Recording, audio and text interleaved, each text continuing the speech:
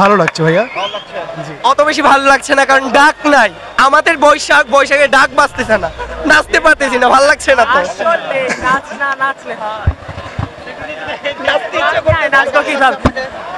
যতটা ভাবছিলাম ততটা এক্সপেকটেশন ফুলফিল হচ্ছে না, কারণ গান নাই, আমরা নাচতে পারতেছি না, শুধু হেঁটে যাচ্ছি, এটাই।